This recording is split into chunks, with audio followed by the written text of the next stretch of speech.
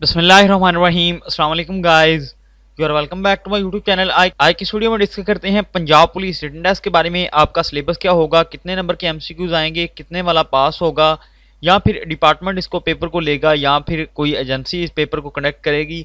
आज की वीडियो में कंप्लीट डिटेल के साथ देखेंगे। इससे पहले आपसे छोटी सी गुजारिश है, अगर आप चैनल पर न्यू है तो चैनल को जरूर सब्सक्राइब करें और बेल के आइकन को जरूर प्रेस कर लें, ताकि इससे हमारी हौसला अफजाई हो सके, हम आपके लिए नेक्स्ट अच्छी वीडियोस बना सकें। तो चले चलते हैं अपनी वीडियो की तरफ। आपने स्टैंडिंग आर्डर नंबर 2015 देखा होगा। इसके अंदर आपको बताया गया था कि जो आपकी वैकेंसी आई थी, जब ये आपकी न्यूली वैकेंसी आई थी उसके साथ आपका जो है वो नोटिफिकेशन के साथ ये स्टैंडिंग आर्डर नंबर 2015 का जो है वो भी साथ लिफ्ट था।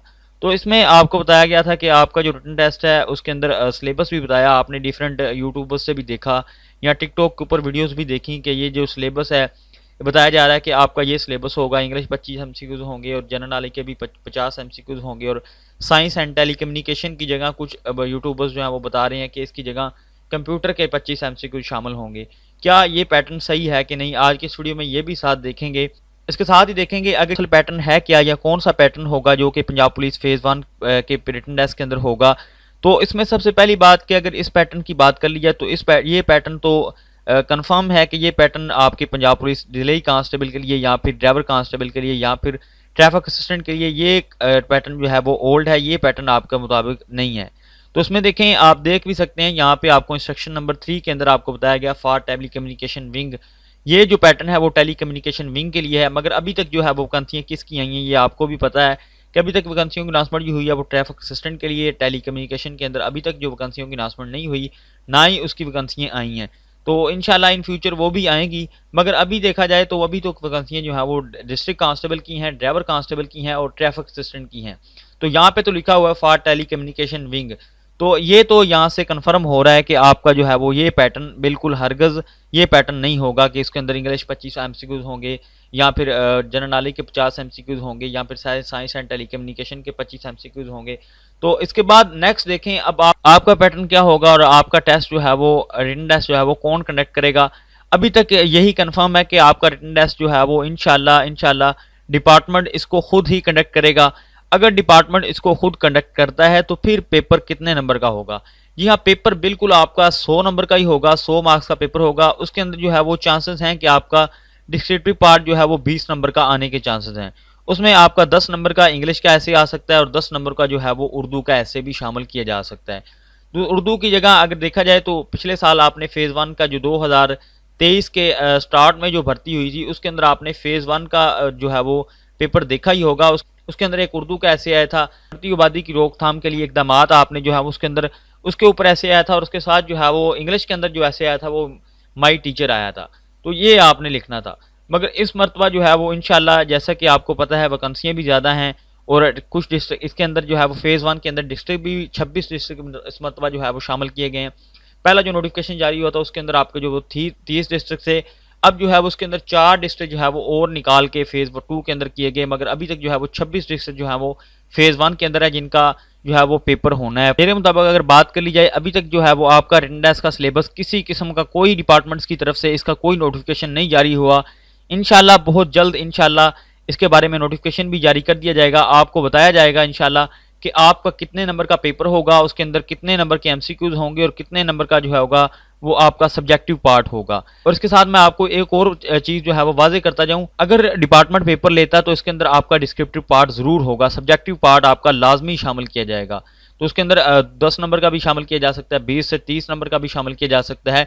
तो ये आप इसके लिए भी अपनी प्रिपरेशन आपने स्टार्ट करनी है। कि इसके साथ मैं आपको एक और चीज़ कंफर्म करता जाऊं कि आपका जो फेज़ 1 का पेपर होना है उसके अंदर 30 से 40% जो होगी वो इंग्लिश का ही पार्ट शामिल होगा। 30 से 40% इसलिए कह रहा हूँ क्योंकि 20 नंबर की तो कम से कम 10 से 20 नंबर का ऐसे शामिल किया जा सकता है। इसके साथ जो है वो 10 से 20 नंबर के इंग्लिश के एमसीक्यू शामिल किए जा सकते हैं। तो इस तरह से आपने इंग्लिश की प्रिपरेशन जो है वो अपनी अच्छे से अच्छी करनी है। तो इसके साथ अगर बात कर ली जाए कि कौन सी ऐसी चीज़ें हैं जो कि पेपर के अंदर नॉट रिकमेंड करवाती हैं या पेपर पास नहीं होता, कौन सी बेसिकली सबसे बड़ी वजह क्या होती है। ज़्यादातर कैंडिडेट्स ऐसा करते हैं कि पंजाब पुलिस डोगर पब्लिशर की एक बुक ले लेते हैं, उसको उसका जीके का पार्ट जो है वो उसको रट्टा लगाना शुरू कर देते हैं। बस उसको पढ़ लिया और समझते हैं कि हमारी तैयारी जो है वो 80 से 90% हो गई है, मगर आपकी तैयारी वही 30 से 40% होती है जो कि आपके जीके के एमसीक्यूज तो हर कैंडिडेट्स मगर वहाँ पे जाके कर लेता है उसको तैयार करने से, मगर इंग्लिश के जो एमसीक्यूज होते हैं उनसे हर कैंडिडेट जो है वो, ज़्यादातर कैंडिडेट्स जो है वो नॉट रिकमेंड हो रहते हैं। बेसिकली जो आगे कैंडिडेट्स का मेरिट बनता है तो उसके अंदर ज़्यादातर ऐसे ही कैंडिडेट्स रिकमेंड होते हैं जिनकी इंग्लिश जो है वो सिक्योर होती है, वो इंग्लिश को अच्छी तरह से तैयार करते हैं, सेंटेंस को तैयार करते हैं, उसके अंदर जो है वो जितनी भी बेसिक ग्रामर है उसको तैयार करते हैं, वही कैंडिडेट जो है वो आगे उसके अंदर रिकमेंड होते हैं। तो इसलिए आपने जो है वो अपनी बेसिक ग्रामर को स्ट्रॉन्ग रखना है, पर होने से पहले पहले अपनी जो है बेसिक ग्रामर जितनी भी हो सकती है इसको कंप्लीट करें, सेंटेंस को जितना हो सकता है सीखें। इसके ऊपर डेयर सर के नाम से एक यूट्यूबर हैं इंडिया के एक, उन्होंने बड़ी ज़बरदस्त सेंटेंस को जो है वो डिफाइन किया हुआ, तो आप उनकी वीडियोस भी देख सकते हैं। तो अभी तक तो ये कंफर्म है कि आपका जो पेपर है वो डिपार्टमेंट इसको खुद कंडक्ट करेगा। मे भी हो सकता है कि आपका पेपर जो है वो डिपार्टमेंट इसको खुद कंडक्ट करे, कोई एजेंसी नहीं लेगी, क्योंकि इसलिए मैं आपको कह रहा हूँ क्योंकि पीछे जितनी भी भर्ती हुई पीएसए की, पुलिस स्टेशन असिस्टेंट के लिए या फिर सीनियर पुलिस स्टेशन असिस्टेंट के लिए, तो जितनी भी भर्ती हुई हैं, या फिर स्पेशल ब्रांच की बात कर ली जाए उसके अंदर इंटेलिजेंस ऑपरेटर की भर्ती हुई, तो उसका पेपर तमाम तर प्रोसेस जितना भी मैंने आपको बताया ये डिपार्टमेंट ने इसको खुद कंडक्ट किया है। तो इससे अंदाज़ा लगाया जा सकता है आपका प्रोसेस जो है वो भी डिपार्टमेंट इसको खुद ही कंडक्ट करेगा। उसके साथ ही अगर बात कर ली जाए कि कौन से कैंडिडेट्स जो है वो पेपर के अंदर पास होंगे या पासिंग रेशो क्या होगी, पासिंग रेशो कोई भी नहीं बताई जा सकती कितने % नंबर वाला पास होगा, 60 वाला, 70 वाला या फिर 40 वाला या 50 वाला, इसमें अभी तक कुछ कंफर्म नहीं बताया जा सकता, क्योंकि जैसे आपका पेपर होगा, जब भी आपका पेपर होगा तो उसके रिजल्ट के मुताबिक एक सीट के लिए जो है वो 3 कैंडिडेट्स को पास किया जाएगा। मिसाल के तौर पर देख लिया जाए किसी भी डिस्ट्रिक्ट के अंदर, मिसाल के तौर पर अगर 200 सीटें हैं तो उनके लिए 600 कैंडिडेट्स को जो है वो इंटरव्यू के लिए बुलाया जाएगा। तो मेरिट के अंदर ऊपर वाले जो 600 कैंडिडेट्स हैं उनको जो है वो इंटरव्यू के लिए बुलाया जाएगा, उनका इंटरव्यू लिया जाएगा, उसके अंदर उनका जो है वो मेरिट बनाया जाएगा, उसमें उसके मुताबिक कोई भी मेरिट सेट हो सकता है। तो इसलिए आपने जो है वो अपनी पेपर की प्रिपरेशन जो है वो अच्छी से अच्छी करनी है। इस वीडियो के डिस्क्रिप्शन में दिए गए लिंक के ऊपर क्लिक करके आप हमारा व्हाट्सएप ग्रुप ज्वाइन कर सकते हैं। मजीद जॉब्स के अपडेट के लिए इस यूट्यूब चैनल को सब्सक्राइब करें, बेल आइकन जरूर प्रेस कर लें। मिलते हैं नेक्स्ट वीडियो में। अल्लाह हाफिज़।